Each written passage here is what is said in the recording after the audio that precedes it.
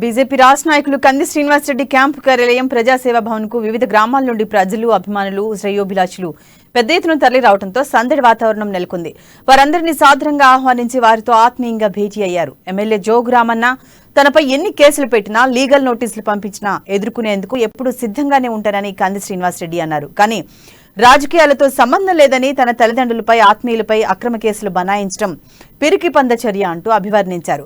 ఆదిలాబాద్ ప్రజల అభివృద్ధి కోసం ప్రశ్నించే గొంతుకునై నినదీస్తూనే ఉంటానన్నారు. అవినీతి, అక్రమాలపై బరాబర్ ప్రశ్నిస్తూనే ఉంటానని, దమ్ముంటే నా ప్రశ్నలకు ప్రతిస్పందించాలంటూ ఎమ్మెల్యే జోగు రామన్నకు సవాల్ విసిరారు.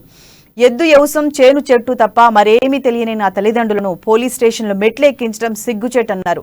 ఈ కార్యక్రమంలో బీజేపీ ఓబీసీ మోర్చా జిల్లా అధ్యక్షులు గొర్రెల రాజు యాదవ్, దక్షిణ మధ్య railway board member GV Ramana, OBC రాష్ట్ర మోర్చా రాష్ట్ర కార్యవర్గ సభ్యులు నాగర్కర్ శంకర్, బీజేపీ నాయకులు గిమ్మ సంతోష్ రావు, కొడప సోనేరావు, రాజ్ కుమార్, సంతోష్ సింగ్ ఠాకూర్, పుండ్రు రవికిరణ్, సంతోష్ రెడ్డి, వెంకటరెడ్డి, కృష్ణారెడ్డి, బీజేపీ కార్యకర్తలు, అభిమానులు పాల్గొన్నారు.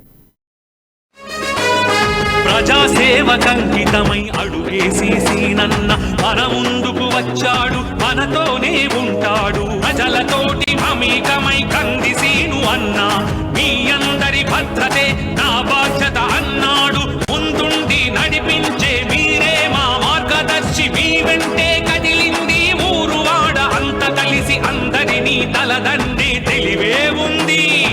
ఆ తెలివికి మా తెగువే తోడైంది. మోదీ గారి ఆశయ రథ సారథ్యం మీరే, ఆదిలాబాదు రూపురేఖ మార్చేది మీరే.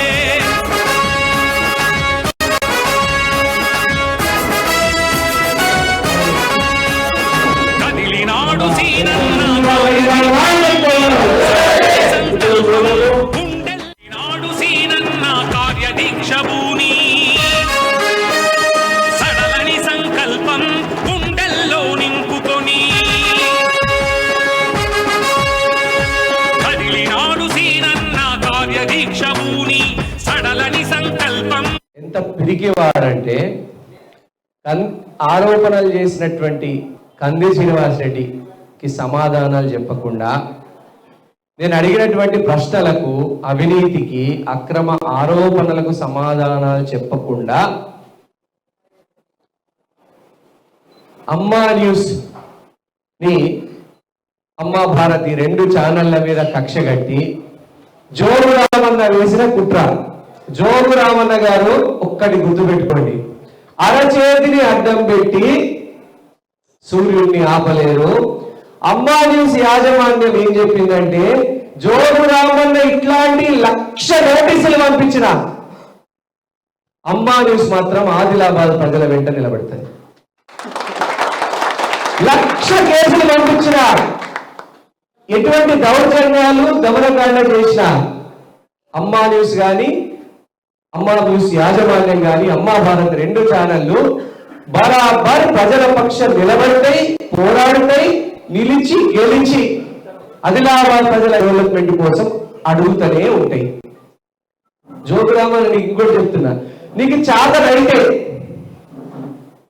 నన్ను ఎదుర్కో, రాజకీయంగా నన్ను ఎదుర్కో, నా సవాళ్లకు నువ్వు ప్రతిస్పందించు. నేను అడిగినటువంటి ప్రశ్నలకి నువ్వు సమాధానం చెప్పు. ఇగో నీ కథలు తెలిసే జోగు రామన్న భయంకరమైనటువంటి అవినీతి చేస్తున్నాడని నీ కథలు తెలిసే కేసీఆర్ గారు ఈయన మంత్రి పదవిని పీకేసాడు, ఊడగొట్టి ఇంట్లో కూర్చోబెట్టాడు. ఇప్పుడు ఏం చర్చ మొదలైంది? టిఆర్ఎస్ నాయకులందరికల్లా టిఆర్ఎస్ అభ్యర్థిగా జోగు రామన్న ఉంటే కనుక ఆదిలాబాద్ లో టిఆర్ఎస్ ఖతం, బిఆర్ఎస్ ఖతం అని లీడర్లందరూ చర్చించుకుంటున్నారు. కంది శ్రీనివాసరెడ్డి గ్రాఫ్ పెరుగుతున్నది, కంది శ్రీనివాసరెడ్డిని ప్రజలందరూ హర్షిస్తున్నారు. నీ నీచ బుద్ధి, నీ వక్ర బుద్ధి ఇట్లనే ప్రజలకు, ఆదిలాబాద్ ప్రజలకు తెలిసిపోయింది.